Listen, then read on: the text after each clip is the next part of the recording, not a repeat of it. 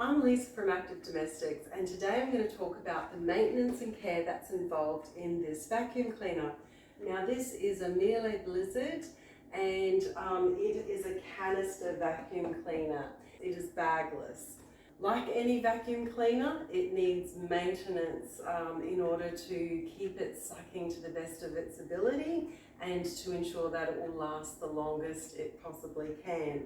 So if you haven't cleaned the filters or checked the filters in your vacuum cleaner, it's probably a good idea to do so. So I will put an apron on and get down to business. Of course, first things first, I've read the manual. And so I have read the instructions and I know what to do and what not to do. You have to take the canister out because the filters are in behind the canister. And you can see here that this is actually just dirt there, but I haven't quite gotten it up to the max line there. But this particular vacuum cleaner has got a pre-filter. Now, I think I'm about to show you how disgusting things get in this house. Of course, you know, I'm just the same as everyone else where I go, yes, I'll do that tomorrow, I'll do that tomorrow. But clearly the day has come and this needs to be done. So I've got just a box here with a plastic bag in there to collect all the rubbish. And that's a lot of matted hair and dust there. Cleaning the pre-filter, Miele recommend that you just rinse it under cold running water, and you know, all of that dirt will come off. And of course, with every part that you clean in a vacuum cleaner, they stress it multiple times, you must ensure that everything is completely dry before you put it back, because of course motors and water are not a good mix. I'll be emptying this out and then running it under cold water and using just a little bit of mild detergent. You don't want to use a lot of products on these sorts of things because it might affect the plastics. Could make them hard and crap. But with this filter here, it just clicks out. So I'm just pulling it towards me like that and then pulling it out. Now, this is the fine dust filter here. And you can see here it's got the instructions saying to rinse it underwater and to not use any brushes. And with this you have to allow at least 24 hours for it to dry. It must be completely dry, otherwise it's going to suck water into your expensive vacuum cleaner. And of course that will kill it.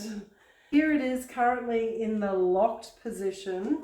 You want to unlock it and then just click it around, and then you can see how dirty and disgusting this filter actually is. That is gross, and no wonder it was smelling and horrible and clearly needs a very good clean. There's a whole heap of dust underneath there. But basically the instructions say just to run this underwater so that you're cleaning down here, but not to wash inside it. So you're only just putting the water in down these parts, and that's just cold tap water.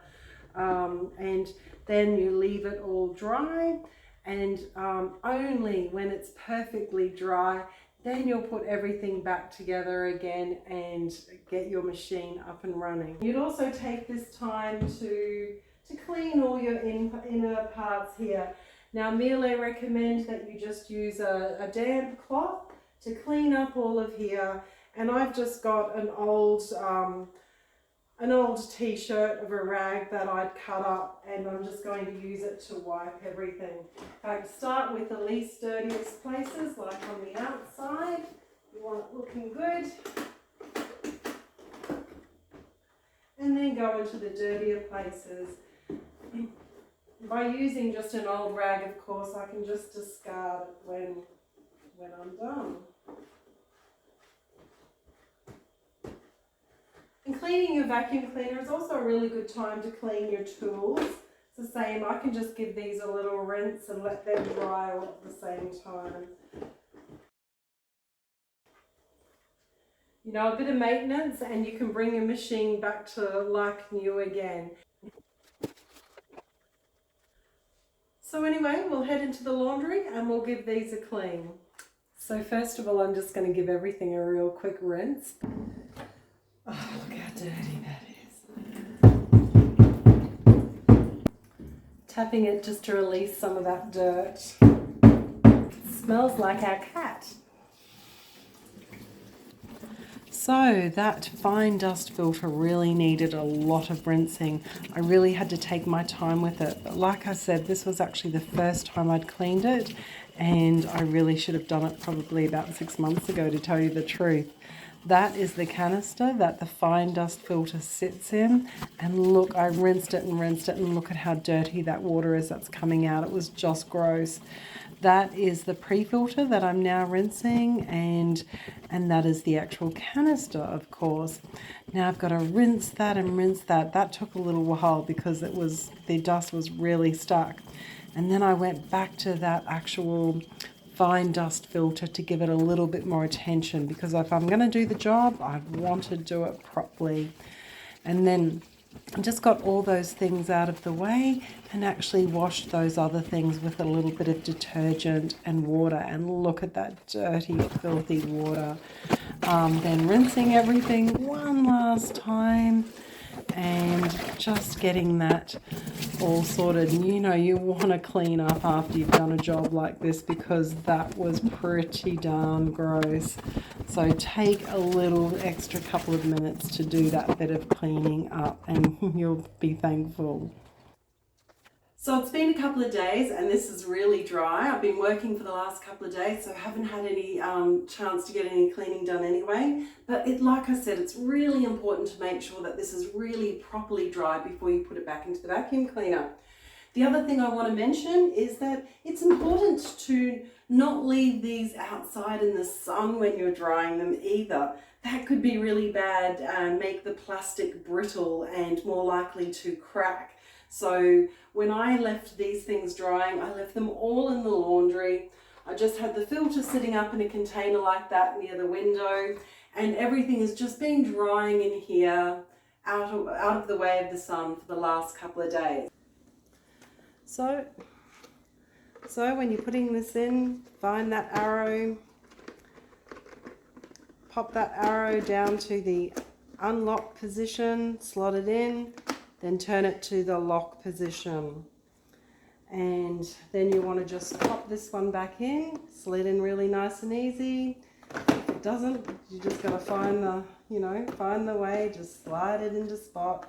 You can actually see where that grey thing fits into those grooves, and then you lock it into place. Did you hear that? Clicks into place. Now this is the pre-filter here.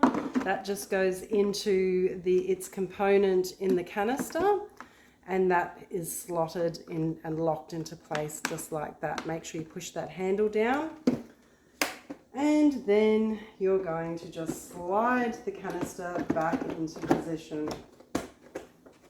And boomity boom, just like that, she's ready to use again. And this solid machine has had the love and attention that it so desperately needed, and we are back in business for a day of full-on cleaning. So you have a good day, and thank you very much for watching.